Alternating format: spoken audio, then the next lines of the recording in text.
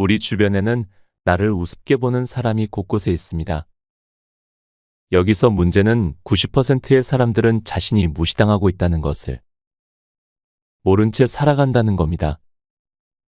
심지어 우습게 보는 사람이 대놓고 무시하는 행동인데도 말이죠. 2016년 미국 리네버거 종합반면구소 보고서에 따르면 남녀노소 불문하고 인간관계가 좋은 사람이 고혈압 위험도가 낮았다고 발표했습니다. 반대로 생각하면 인간관계에 스트레스를 받는 사람일 경우 고혈압 위험도가 높아질 수도 있다는 말이기도 합니다.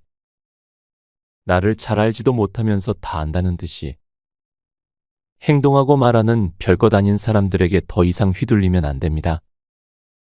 하지만 여러분, 이런 생각도 들지 않나요? 인간관계에서 말씀대로 다 되는 게 아니더군요.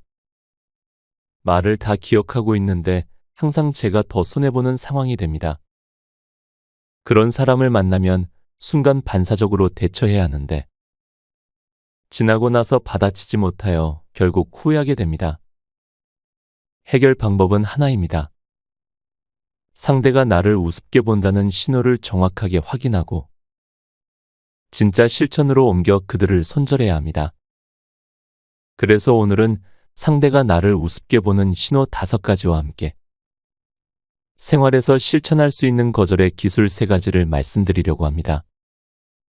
영상에 나오는 모든 말들을 외우려 하시지 말고 마음에 드는 딱 1개만 가져가겠다는 마음으로 오늘부터 실천해 주세요. 인간관계에서 을이 아닌 갑이 되어 인생 낭비를 줄이면서 인생을 살아가는데 많은 도움을 줄 거라 확신합니다. 댓글에도 여러분만의 좋은 향기를 남겨주시면 감사하겠습니다. 지금부터 시작합니다. 첫 번째, 나를 없는 사람 취급한다. 나를 우습게 보는 신호는 의외로 쉽게 대화를 하다가 알아낼 수 있다. 서로가 만나서 대화를 하는 도중에 우연히 상대방의 지인을 만났을 때 상대방이 어떻게 하는지에 따라 그 사람이 나를 존중하는지 우습게 보는지 중요한 기준이 된다. 먼저 예의가 있는 사람은 지인을 만나더라도 간단히 인사하거나 악수를 하는 정도로 끝낸다. 이유는 옆에 선약이 있던 내가 있기 때문이다. 나를 생각하여 상황을 빠르게 정리하려고 노력한다. 반면 예의가 없는 사람은 나를 내버려둔 채 길게 계속 얘기한다. 물론 오랜만에 만난 사람이거나 정말 친한 지인이라면 어느 정도 이해를 할 수 있겠지만 나를 전혀 의식하지 않은 채 갑자기 그 지인과 다음 약속을 잡는다거나 길게 대화를 이어가는 건 옆 사람에 대한 예의가 절대 아니다.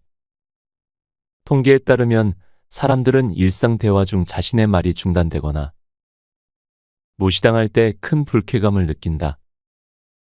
한 연구에서는 대화 상대방에게 충분한 관심을 기울이지 않는 행동이 인간관계에서 가장 불쾌한 요소 중 하나로 꼽았다. 그만큼 대화를 하던 도중 나를 없는 사람 취급하는 것은 나를 우습게 보는 첫 번째 신호가 된다.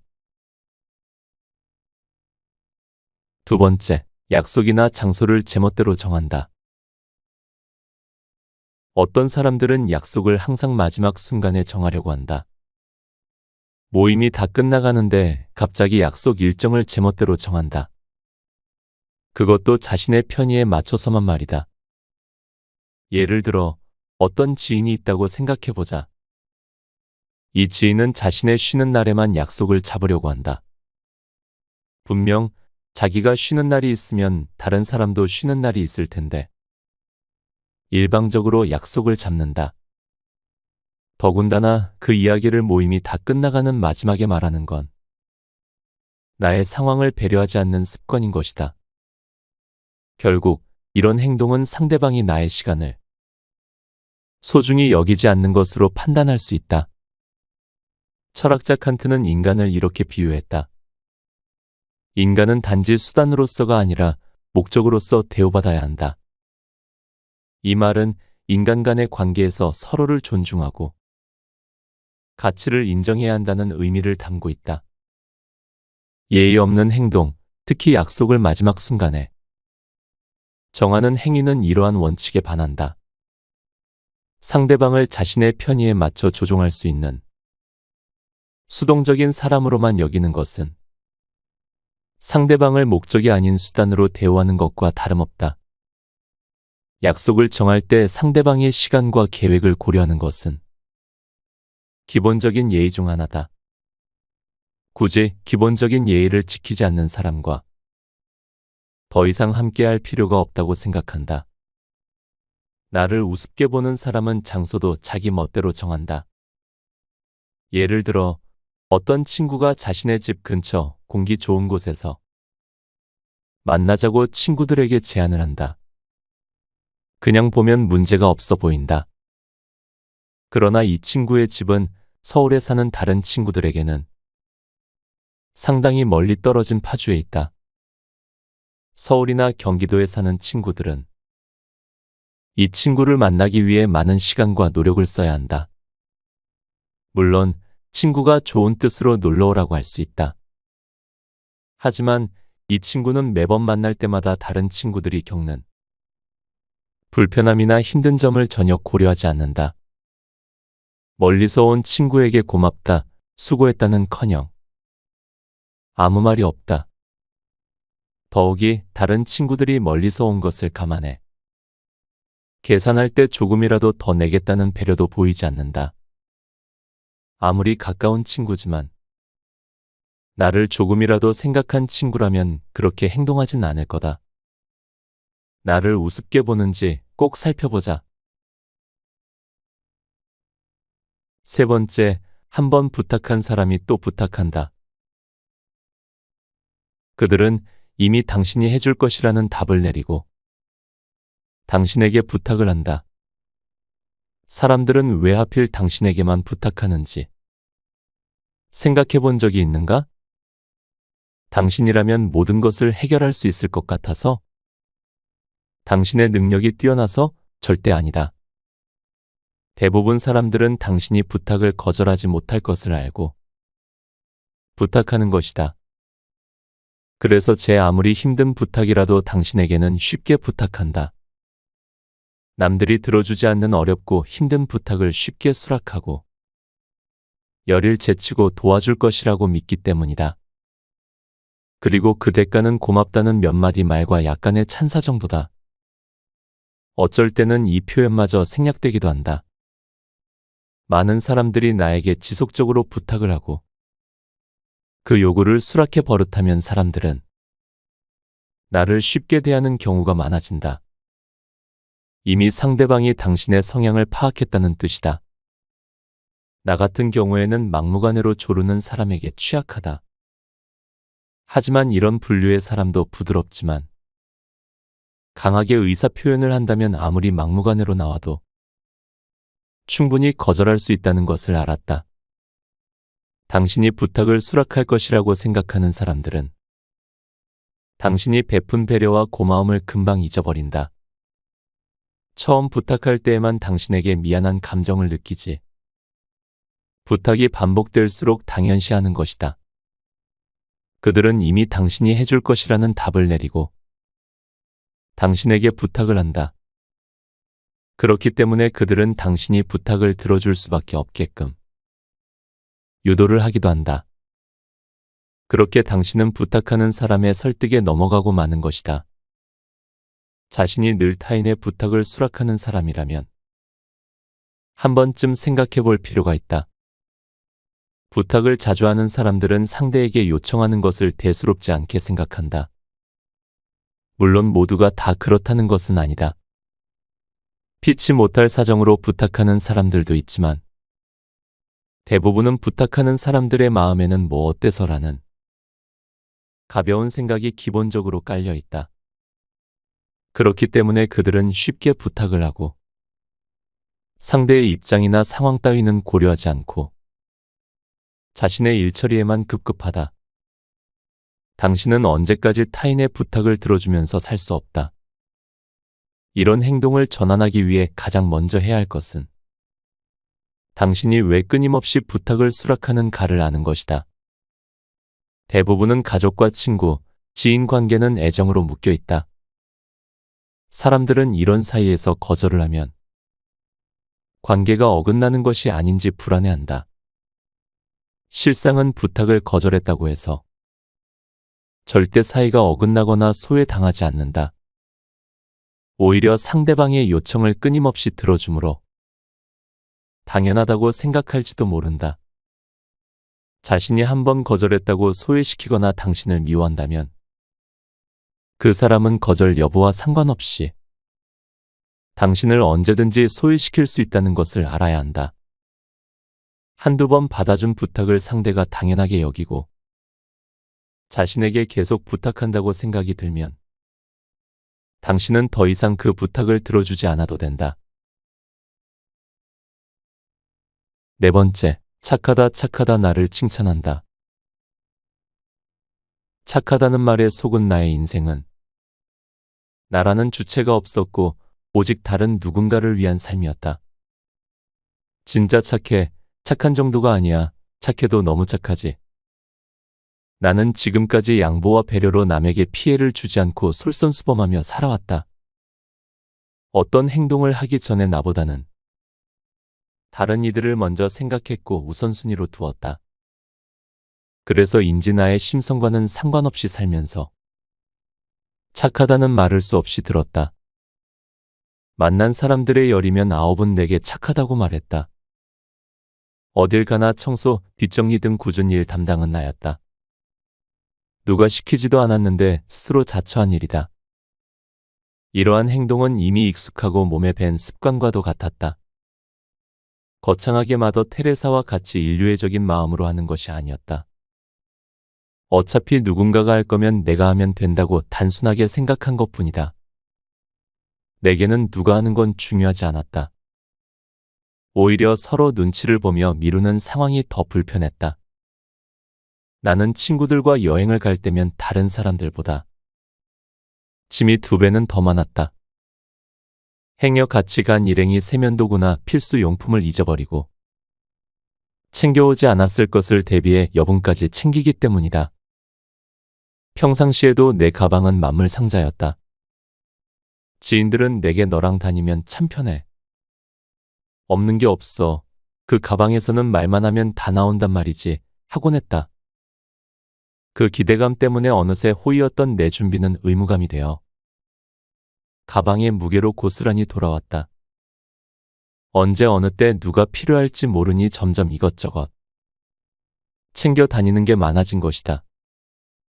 가볍게 핸드백 하나만 들고 오는 친구와 달리 나는 늘 커다란 배낭 하나를 짊어지고 다녔다. 인생은 착하다는 것만으로 행복해질 수 없다.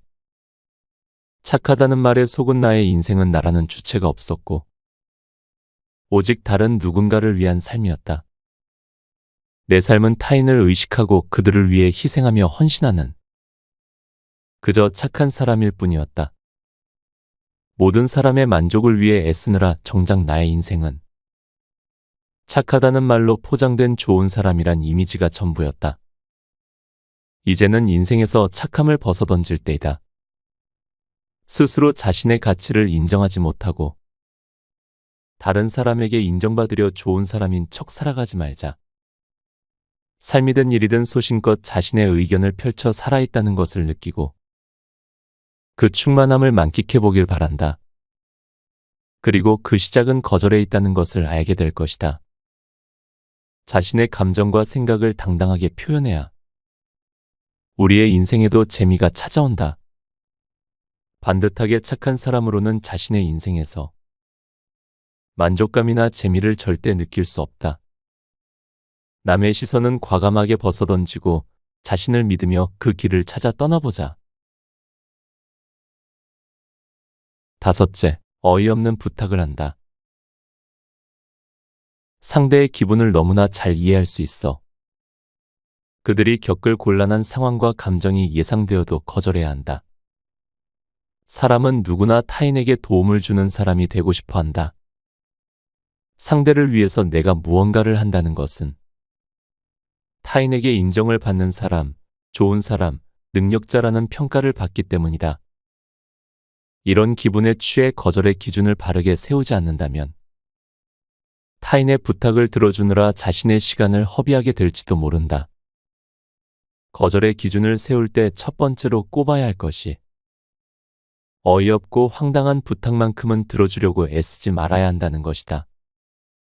어쩌면 당신은 상대의 부탁이 황당한 제안임을 스스로도 잘 알고 있는지도 모른다.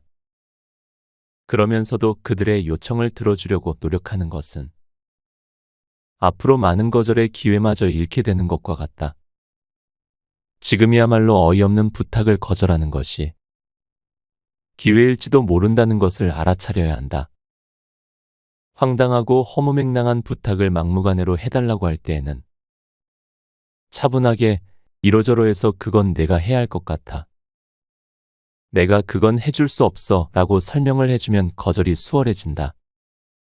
거절을 할 때 둘러댈 명분이 있으면 거절의 부담감은 덜어진다. 이렇게 거절할 수 있는 기회가 있음에도 사람들은 타인의 요청을 거절할 수 없다며 자신의 감정을 속이며 살아간다. 불편한 요구를 하더라도 쿨하게 괜찮아요 라고 답한다. 이 정도는 해줄 수 있어 라고 스스로를 설득하며 버거워도 친절한 척 요청을 받아들인다. 이렇게 자기 합리화를 하는 것은 상대의 부탁을 거절할 수 없어. 억지로 들어주는 진짜 자기 감정을 외면하기 위해서다. 스스로 감정을 속여가면서까지 친절을 베푸는 것이다. 문제는 이런 나를 주변인들은 나만큼 배려해주지 않는다는 것이다.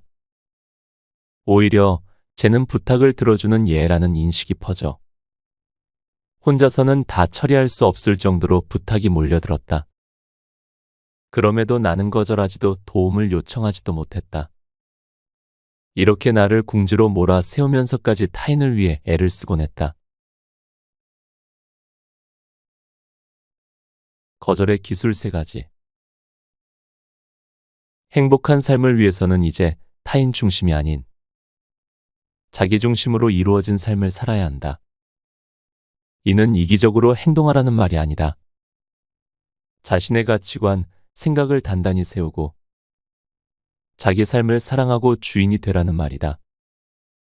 그러기 위해서는 내가 싫은 것, 좋은 것을 분명하게 전달해야 한다. 그리고 반드시 적절한 거절을 해야 한다. 거절을 해야만 한다는 말만 들어도 벌써 가슴이 두근거리고 자신이 없는가? 그럴 수 있다. 평생 하지 않은 일이다. 지금부터 연습을 통해서 스스로 상황에 익숙해지도록 하면 된다. 다음은 내가 제시하는 거절하는 연습이다. 차근차근 따라 해보면 어느새 편안한 마음으로 거절할 수 있는 순간이 올 것이다. 첫 번째 거절하는 연습은 거절에 대해 스스로 가지고 있는 인식을 바꾸는 것이다. 많은 사람들이 거절을 단순히 상대에 대한 부정이라고 생각하지만 전혀 그렇지 않다. 거절을 했다고 해서 그 사람 자체를 밀어내는 것이 아니다. 상대의 부탁에 대해 할 수 없겠다라고 말하는 것이 거절이다. 거절은 자신의 의견을 흔들림 없이 끝까지 전달하기 위한 도구인 것이다. 적절한 거절을 선택했을 때 자신을 지키면서 건강한 대인관계를 유지할 수 있다. 이는 오래도록 유쾌한 관계를 지키기 위한 조건 중 하나다. 그런 의미에서 거절은 서로의 존중이다. 자신이 거절하는 것도 상대가 거절당하는 것도 서로의 의견을 존중한다는 의미이다. 그리고 이때 나에게 상대의 부탁을 거절할 자유가 있듯이 거절당한 상대가 나에게 실망할 자유도 있다는 것을 알아차리고 받아들여야 한다. 모든 사람에게 좋은 사람이 되려고 하면 모든 사람들에게 휘둘릴 수밖에 없다. 두 번째 거절하는 연습은 자신의 생각을 스스로 정리해서 깨닫는 것이다. 뒤죽박죽인 자신의 생각을 정리해 노트에 적어보자. 처음부터 매끄러운 문장을 적으라는 것이 아니다. 머릿속에서 정리되지 않은 생각을 키워드만이라도 적어 쭉 나열해보는 것이다. 이렇게 적힌 노트를 보면 내가 어떤 생각을 하고 있는지 알 수 있다.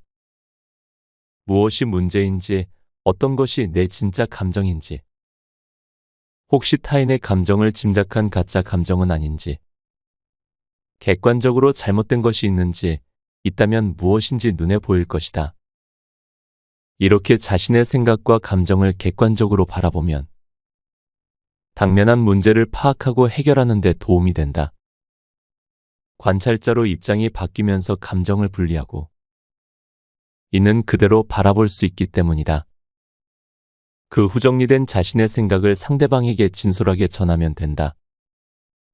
횡설수설하던 말하기는 명확하고 부드럽게 전달되고 마음속에 맴돌기만 하던 말은 자신 있게 표현할 수 있게 될 것이다. 마지막 거절하는 연습은 회복 탄력성을 기르는 것이다. 회복 탄력성이란 원래 상태로 돌아오는 힘을 말한다. 여기서 부탁과 요구가 일어나기 전, 즉 어떤 상황에서 거절하기 전 평온한 상태를 유지하는 것이다. 상대방의 눈치가 보여 하고 싶은 말을 못하거나 관계가 어긋날까봐 두려워서 자기 표현을 하지 못하는 사람들은 타인의 제안을 거절한 그 순간부터 마음이 혼란스럽다. 만약 거절했다면 그 후의 상황도 견뎌야 할 부분이다. 잠시 심호흡을 통해 복잡한 마음을 가라앉혀보자. 이때 상대방에 대한 미안함과 거절했다는 죄책감을 버리고 거절 후 자신이 얻을 긍정적인 상황에 대한 생각으로 전환을 하면 좋다. 예를 들어 거절로 끝나는 것이 아니라 상대방에게 다른 방안을 마련해주면서 서로가 마음 상하지 않게 상황이 마무리되는 것을 생각해보는 것이다. 거절하는 연습으로 조금 느려도 자신의 내면을 강하게 키울 수 있다. 처음 거절할 때는 사소한 것부터 시작하면 좋다. 사실 거절이 처음만 어렵지 그 다음은 아무것도 아니다. 한 번에 모든 것을 바꿀 수는 없다. 무조건 상대의 제안에 수락했던 자신을 인지하고 거절하기 위한 연습을 통해 거절을 시도해 보길 바란다. 거절은 당신의 생각과 감정 나아가 삶을 지킬 수 있다. 자기 영역을 지키려다 보면 때로는 이전과 다르게 행동해야 할 때가 있다. 자유롭고 편하게 거절할 수 있을 때까지는 지속적으로 연습이 필요하다. 물론 실패하는 경우도 많겠지만 그렇다고 자책할 필요는 없다. 거절하는 연습을 통해서 결과적으로 우리는 원하는 결과를 얻을 수 있다는 것을 기억하기 바란다. 자신의 의사 표현을 정확하게 상대에게 전달하는 것을 포기하지 않는다면 어느 순간 당신은 타인의 감정에 휘둘리지 않는 자신을 발견할 수 있을 것이다. 작게 보이는 것부터 시도해 나갈 때 거절 근육과 자기 표현 근육을 키울 수 있다. 그렇게 되면 당신은 더 이상 거절이 어렵지 않다는 것을 깨닫게 될 것이다. 거절을 못하면 누군가를 미워하게 된다. 사소하지만 불편한 감정을 쌓아둔다면 큰 문제로 번져 일과 인간관계 모두를 망칠 수 있다. 자신이 느끼는 감정을 중요하게 생각해야 한다. 그렇다고 해서 서운한 감정을 상대에게 계속 표출하라는 것은 아니다. 서로 입장을 충분히 생각하고 마음이 상하지 않도록 하는 노력이 필요하다.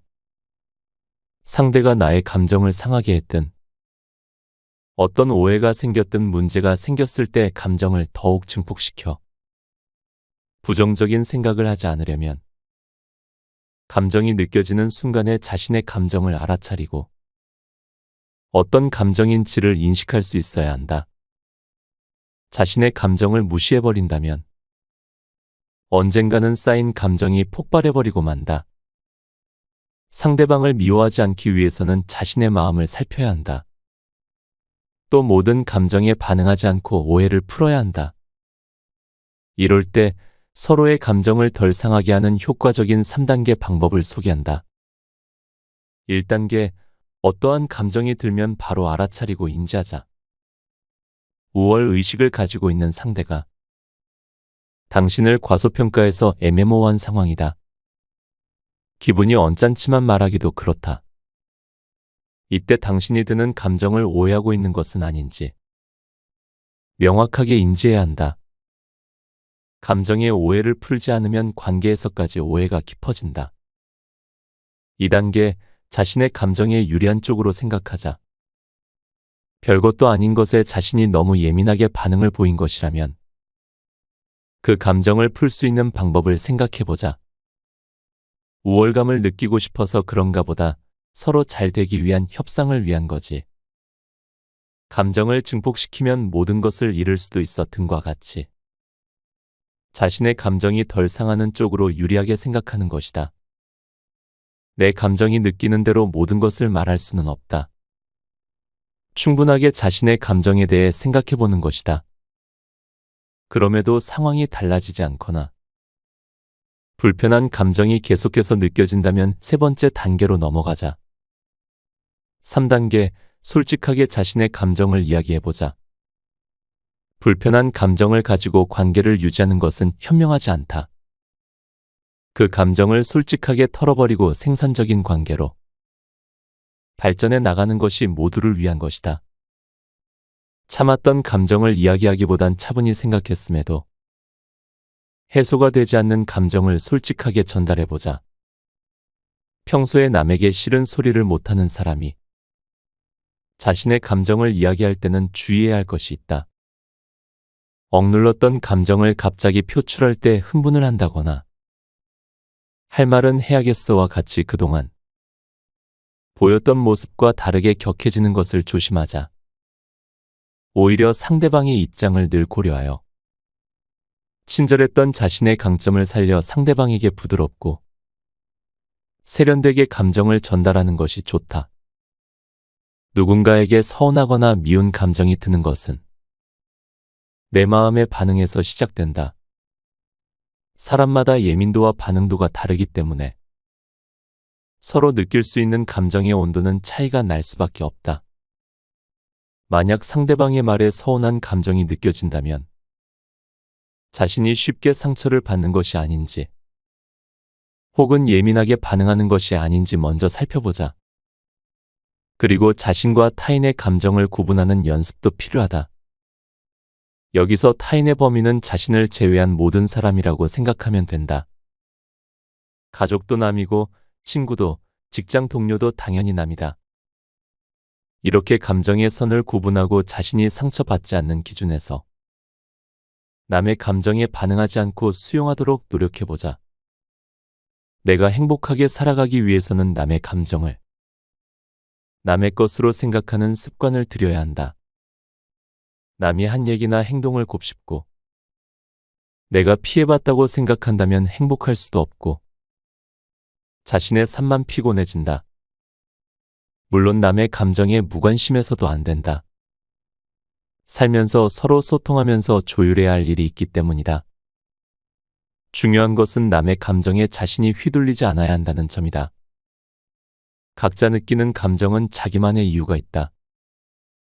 남의 감정은 그들 고유의 것이며 내가 느끼는 감정은 온전히 내 것이다.